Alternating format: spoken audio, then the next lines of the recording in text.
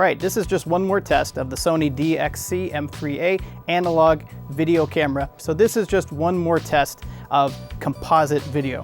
Now, the reason I'm doing this test on composite again, even though I've already done lots of tests, is because I finally got RGB output working, or I should say I got RGB input working into my Elgato Game Capture HD. I used a component video cable and I also used a USB cable to build let's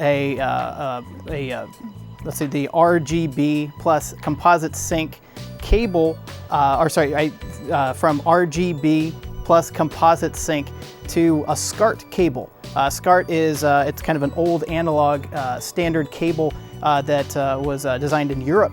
And so these days a lot of people use SCART cables to play old retro video game consoles, classic video game consoles on modern televisions. Usually they'll build a custom cable that takes an RGB signal from an old video game console and run those into the right pins on the SCART cable, and then they'll connect that to maybe either directly to their TV if it supports it, or they'll run it to a scaler box, something that will take a SCART input and then convert it to a newer format like HDMI or component or something like that. And then they can play it on modern TVs, or again, they can play it on an old CRT if they want to. So that's what I did here. My goal was to get RGB, the RGB output coming from, in this case, the monitor that I'm using. So that will come from the monitor and then go into a scaler that I have. It goes through the cable, the custom cable that I'd made. It goes into the scaler, and then it comes into the Elgato Game Capture HD through HDMI. So right now I'm still recording in composite. So the next thing I'm going to do here is switch over to RGB so you can compare how these look under the same lighting conditions and everything like that.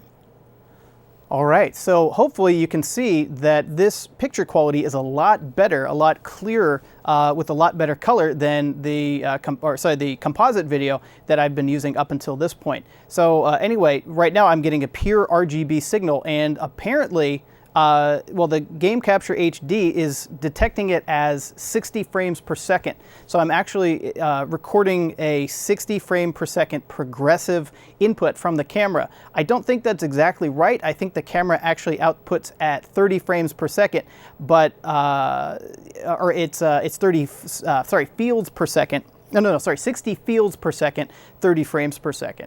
So anyway, this should be better. I think this is going to be a better video. So I'm going to take some shots of the camera here, or sorry, some shots of the camera, some focus pulls and things like that. I'm just going to test out the video quality. I just want to see how much better it looks compared to the previous shots that I took with composite.